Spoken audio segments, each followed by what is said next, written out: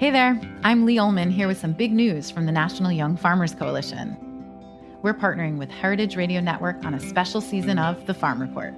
It's all about what's happening with the Farm Bill and how it impacts farmers and eaters.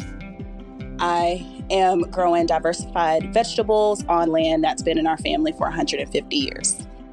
And so with the pandemic, gentrification, property values going up, we had to sell the land and we lost it.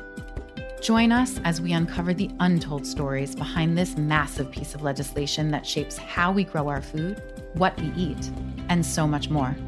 The problems we have had, those are things that come from earlier Farm Bill and USDA policy, right? Like Earl Butz, get big or get out. You know, it's my responsibility to know not only what I'm eating, but then like how that all came to be. And realize like, wow, like this piece of legislation, all this money, like it's technically something that I support as a taxpayer. While Congress debates the next Farm Bill, this is not just an invitation to listen. It's a call to action. Be part of the conversation. Subscribe to the Farm Report on Heritage Radio Network, wherever you listen to podcasts. My name is Brandon Hoy, co-owner of Roberta's, a super duper awesome place. Roberta's is a very, very, very, very proud sponsor of the Heritage Radio Network. We're also super awesome. Thank you, Heritage. Hello, Mr. and Mrs. America, from border to border, coast to coast, and all the ships at sea. Streaming live from the County of Kings, Brooklyn, New York City, on the Heritage Radio Network. Are you ready for the fastest half hour on the internet today? It's the Mike and Judy Show, spanning the globe for high-minded hijinks and lowbrow kicks to bring you the best in sex, drugs, rock and roll, and nuclear fission. They're too bad for radio and too good-looking for television. And now, here they are, to pluck the low-hanging fruit of the literati.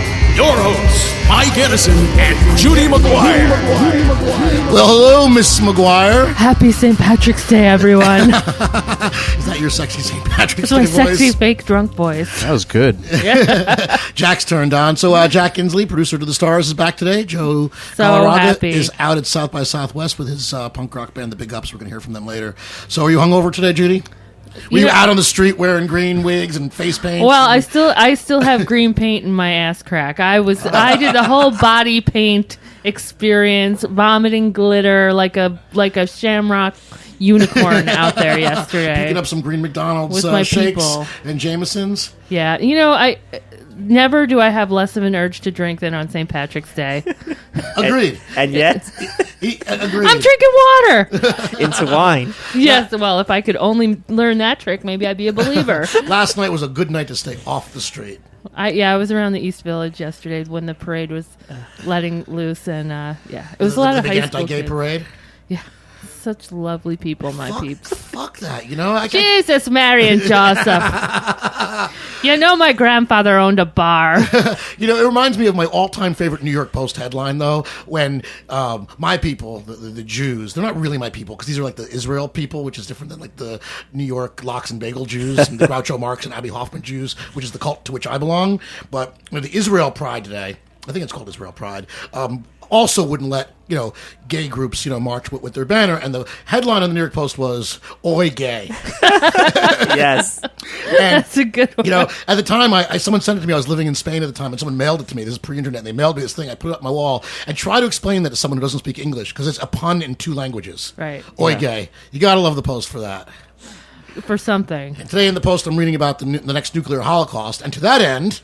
Our special guest today, New York Times bestselling author and my buddy, Michael Malice. Celebrity ghostwriter. Yay. It's happening. It's happening. It's happening. It's happening. Yes. On the brink of writing the greatest book of the 21st century.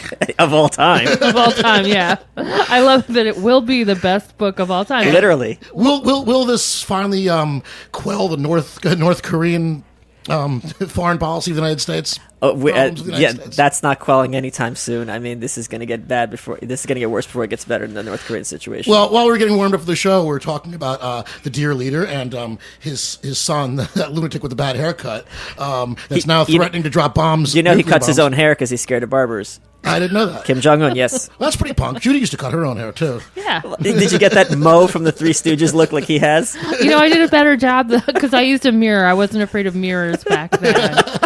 But your book, well, we sort of glossed over it. What is the title? Tell us what this crazy book is. Well, the Kickstarter is launched. It's called Dear Reader. It's the unauthorized autobiography of Kim Jong-il. So I went to North Korea. I got all the propaganda, and since I write autobiographies for people, this is going to be Kim Jong-il's autobiography from his perspective. Probably your most cooperative client ever, I would imagine. Kim Jong-il gets along with everybody. Just ask him. I mean, he's an inspiration to the world. I think that I speak for all of your friends when we were all very worried about you going to North Korea. I was worried going to North Korea as well. I had backup plans in case something went bad. However, when you go to North Korea, you're there under the auspices of the government. So if I literally killed someone, I would just be deported and have no repercussions. Really? Yeah, so if you're thinking of traveling there, do it. It's the most amazing thing you could possibly do. It's like going to the moon. Well, tell us about that. How does one get to North Korea? North Korea has a habit of getting loans from foreign countries and not paying back their debts.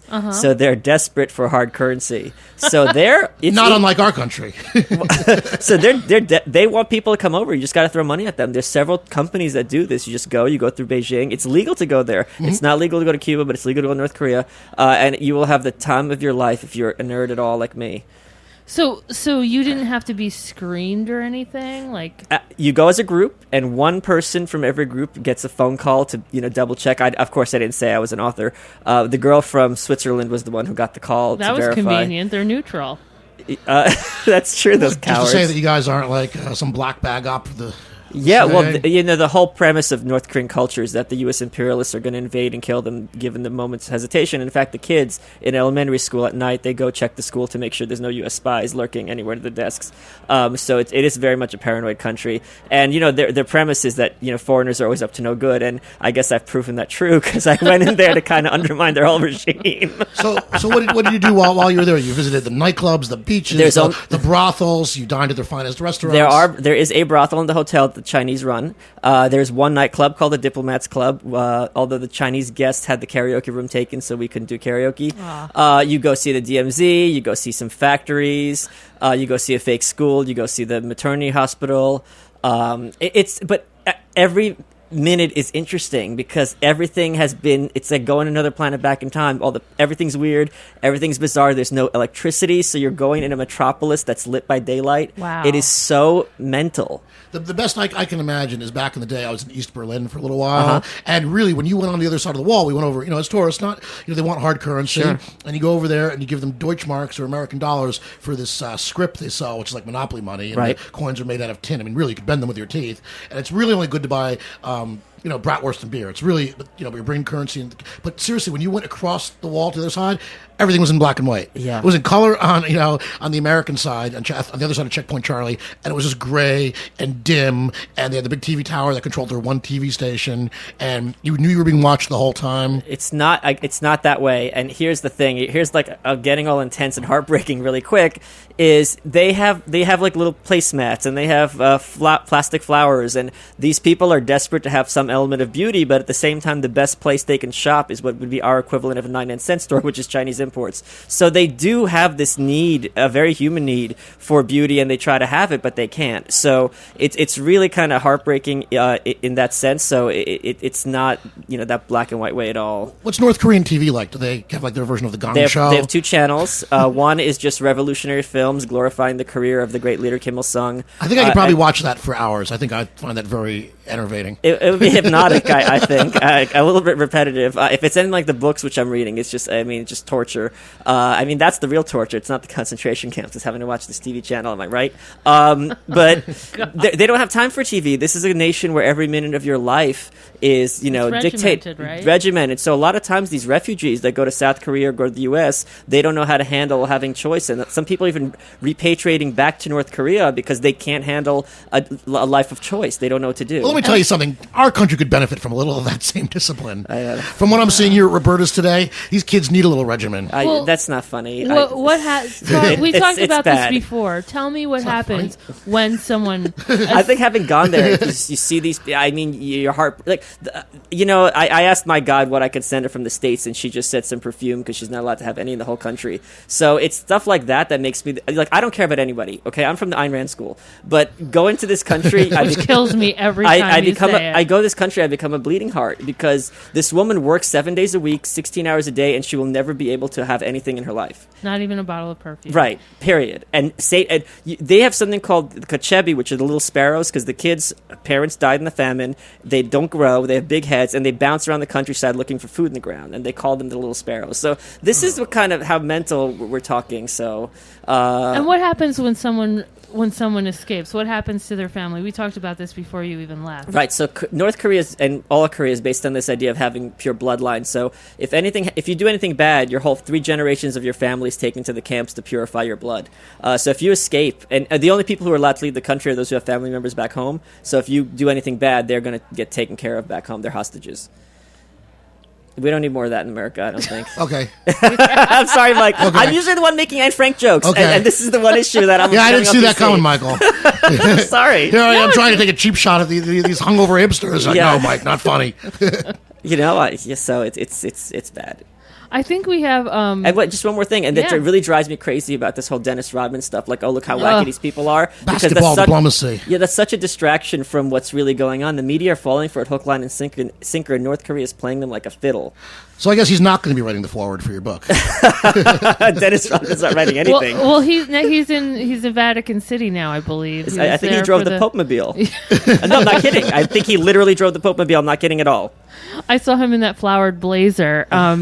He's obviously mentally ill, but that whole trip to what is that? He's obviously mentally oh my God! It's another New York Times best-selling author at the door. It's Val Frankel. Come on in, Val Frankel. It's hard not to hate you, Val, but I'll try. The funny thing, when we and Michael were talking before the show, and we're talking about the kid Kim Jong-un and his this crazy what is he talking about, like mowing people down with nuclear weapons and stuff, and me thinking in my naivete, oh boy, this kid's out of his mind. And Michael's like, no, very smart, and playing us like a fiddle, like you said, really just taking advantage of our naivete. And we saw this happen with the Tea Party caucus, right? Do you remember when they wanted to increase the debt limit, and they all played, we're crazy, we're going to allow America to default, and the Democrats blinked, and we had the sequester, right? So it's the same kind of thing. Like, if these people are crazy, who knows what they'll do? We better give them what they want. Right. So this is not original to North Korea, and it's an effective negotiating tactic that's worked for them for decades. Well, we love fear in this country. I mean, we've kind of been fueled by it for a very, very long time. And the Cold War hangovers, I mean, it's still there. Look at this stuff. It's nuts. Hey, I want to talk to you about the Kickstarter plan and how this book is actually happening because you're one of the pioneers. You're one of the good ones. You're getting out there and knocking down the walls. You're up to almost $12,000 out of your $30,000 goal. I've got some big donors coming in, so it looks like okay. So we'll give us the background. So this is you put this up on Kickstarter. You pitched this book to a few editors. They said it's too weird. It's an unauthorized autobiography, so that doesn't make sense to them. Kim Jong-il is dead. Worked for Chuck Barris, by the way. The Unauthorized Autobiography. Is that? Who's that? That was Chuck Barris's book. The Unauthorized Autobiography. Okay, well, I guess I'm not as much of a pioneer as I thought. But you just lied. But he actually wrote his own. But he actually wrote his own unauthorized biography. He was alive. Okay. Okay. No, I think this is good. As a guy who had sat at the editor's desk for a long time, I would have signed this book. I think it's great. You've got a track record. I think it's smart. You've been to North Korea. Right. I mean, to me, there's not a lot of risk here. I've got a ton of press already. Yeah.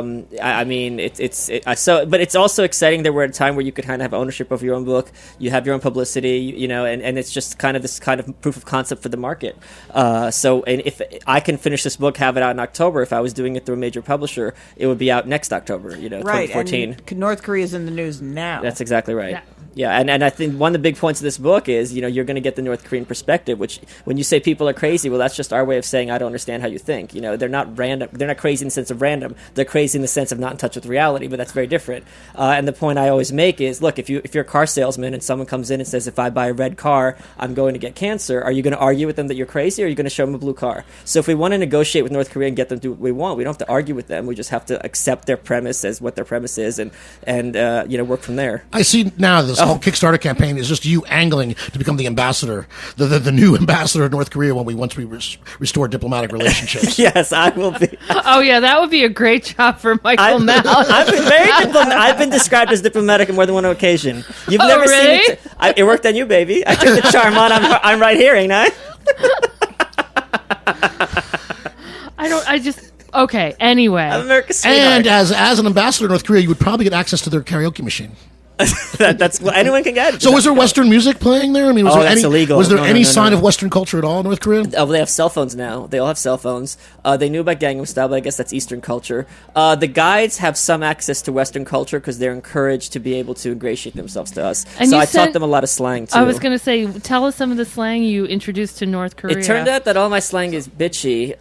So the Go slang... figure. Go figure. The slang I taught them was hipster, which they got immediately. Get on my level, get it together, don't talk to me like you know me. Hot mess.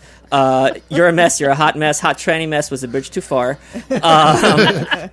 This is why we can't have nice things, which I didn't realize the irony of teaching them Yeah, that. really? Yeah, really? That's not funny, Michael. Yeah. And, frankly, I'm offended. Tell you what, why don't we take a break for a second? Once again, we're joined by Val Frankel, Michael Malice, and now we have Joe Galarrago, our usual engineer, who's out on the road with his band, The Big Ups. So let's hear from them while Jack Kinsley, producing the stars, is twirling the knobs. Mike and Judy Show on Heritage Radio. There's a man on the sidewalk, and at his feet he's got a dog. There's a man on the sidewalk, and at his feet he's got a dog. Dog's on her leash. She's mashing her teeth. She's drooling on the street.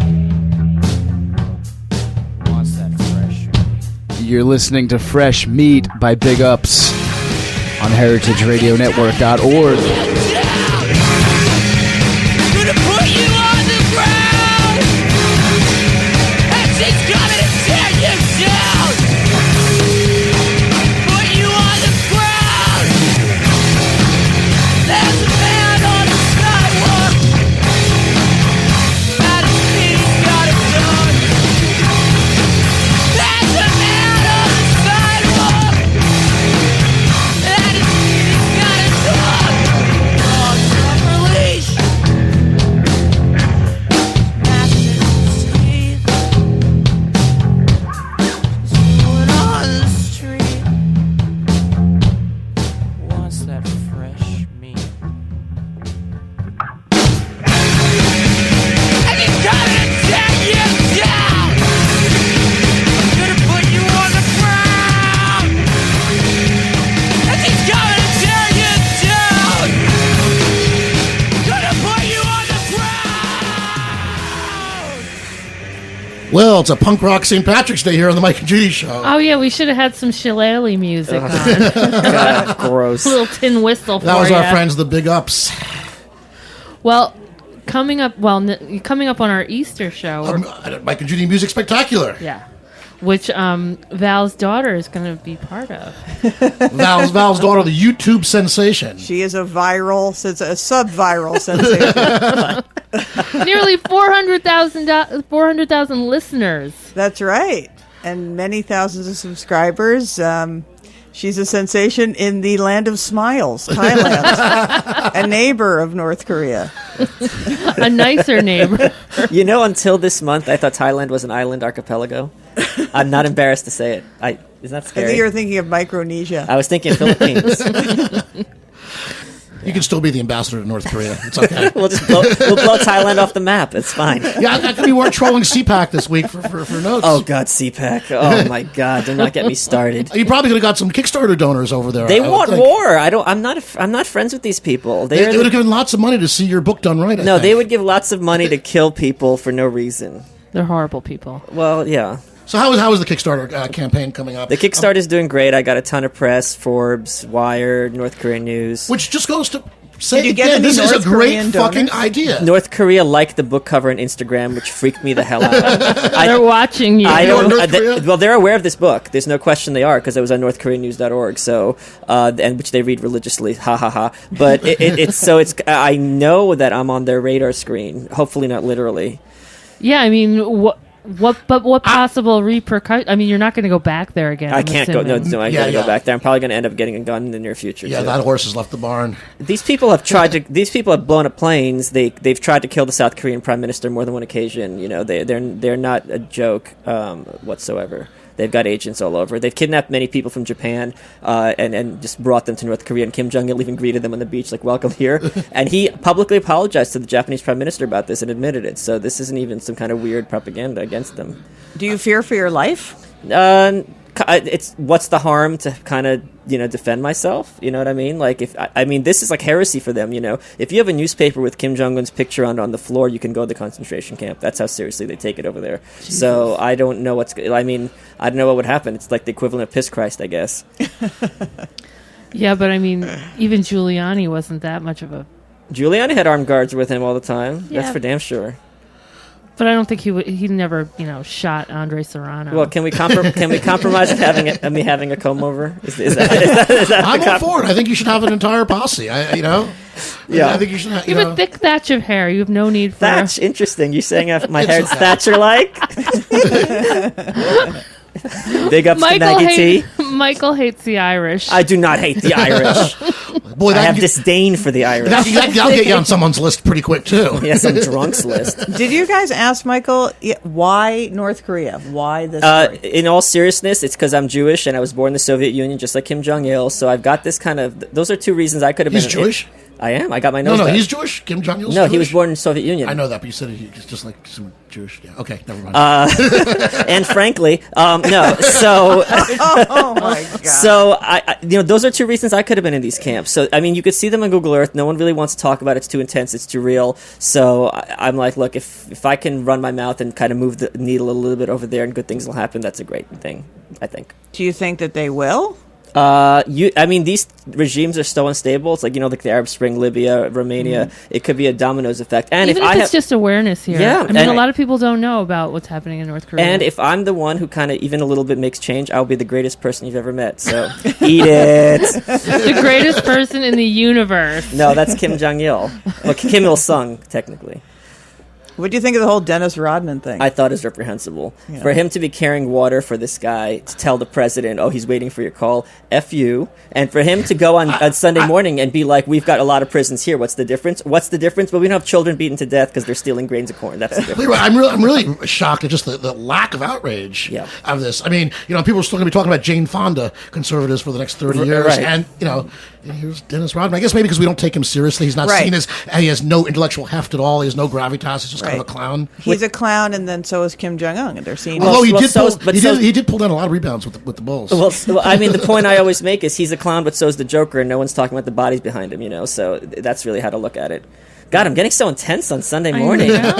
It looks like Meet the Press or something around here. Meet the Depressed. So Val, what are you working on now?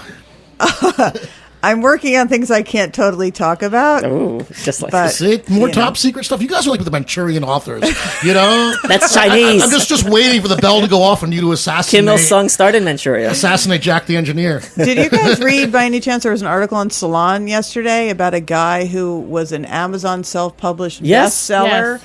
And then he said he only made $12,000 and he was crying about it, but those $12,000 he made in a single month.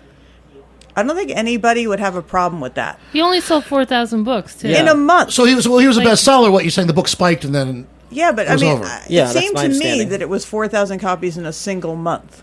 I read that differently. Total. Yeah, I thought that was total. Oh, all right. But still, you only sell $4,000. You only get a certain amount of money. People don't understand, lay people, non-writers, not like us people who are writing to keep the lights on. Everybody in this room is a professional writer and writes for money. It's how we pay the bills, right? Yeah. And people don't understand book economics. Right. If I told you were getting, you're looking for $30,000 to get your book done, right? On Right. Kickstarter. If I was the publisher, I said, great, here's a $30,000 advance. Someone might say, wow, $30,000 to write a book. It seems like an awful lot of money. What they're not hearing is that first, I'm only going to give you half of it up front. And of course, now people want to pay in thirds. Right. Right. Or fourth. I've got fourths for the last book. Fourths, right? Fourths, Okay. yeah. Paperback, hardcover. But even if we're paying in halvesies, okay, your agent, I assume you have an agent, is going to take 15% of it. Uncle Sam's going to want a part of that. And all of a sudden, your $15,000 that you're getting up front is looking a lot like $10,000 for a project that takes a year to do. Right. So $10,000 for a year's worth of work isn't really paying the bills. But you should be grateful that you're allowed to write for a living. and, Yes, exactly. and you're not going to see the second half of the check for another year. That's exactly There's your $30,000 advance. Right, and I think we're at a place where things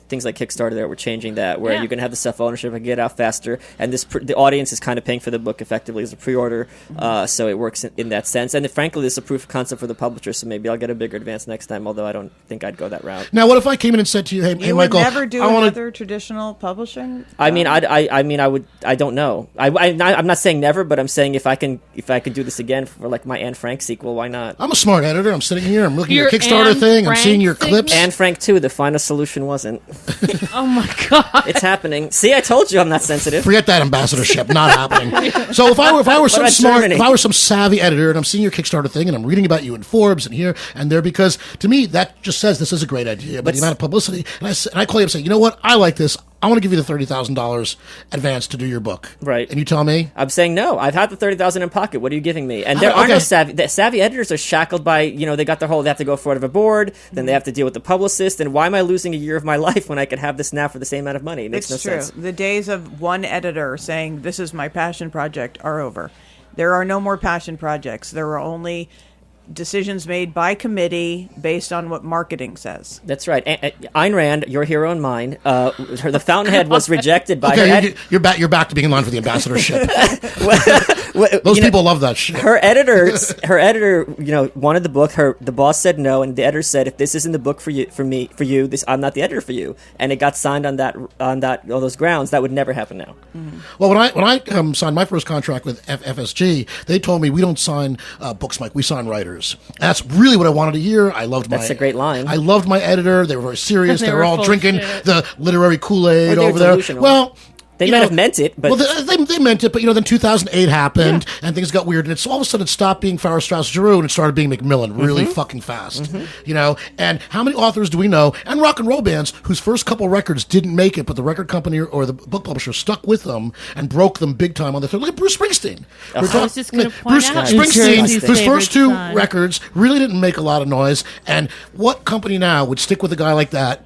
That's right. Making relatively expensive, records and stick with them through Born to Run, and then another 4 years until Darkness came out because of all the legal problems. Right. That's a lot of loyalty from an entertainment company to an entertainer that you just don't see or just doesn't exist now. And it's not always their fault. It's just the economics of it too. In their defense. Mm-hmm.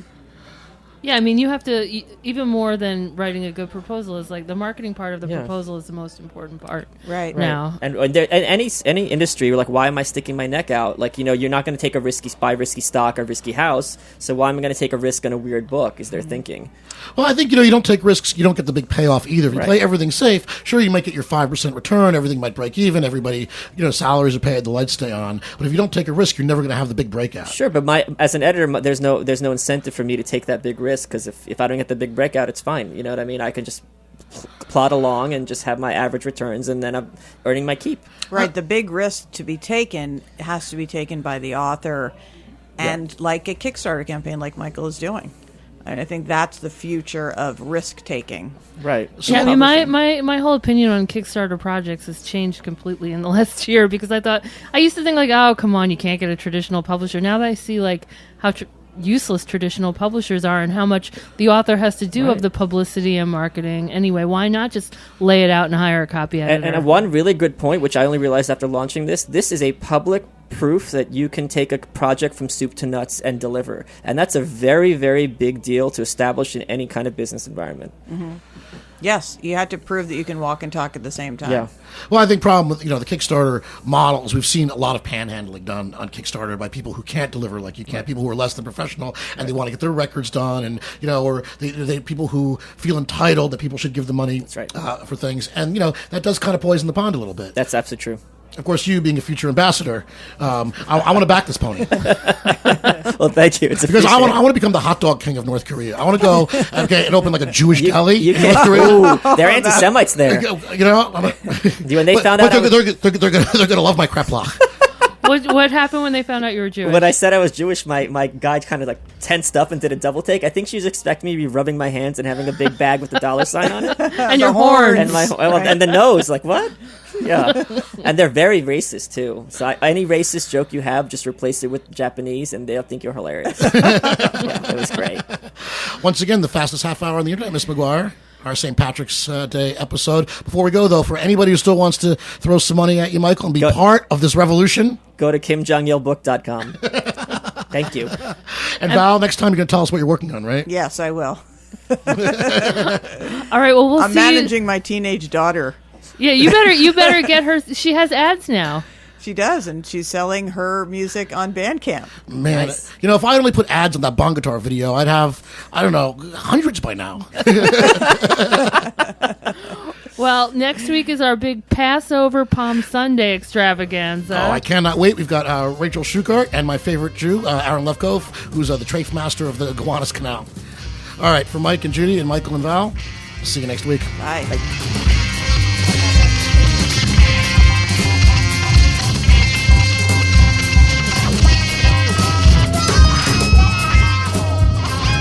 Thanks for listening to this program on heritageradionetwork.org. You can find all of our archived programs on our website or as podcasts in the iTunes Store by searching Heritage Radio Network. You can like us on Facebook and follow us on Twitter at @heritage_radio. You can email us questions at any time at info@heritageradionetwork.org. Heritage Radio Network is a non-profit organization. To donate and become a member, visit our website today. Thanks for listening.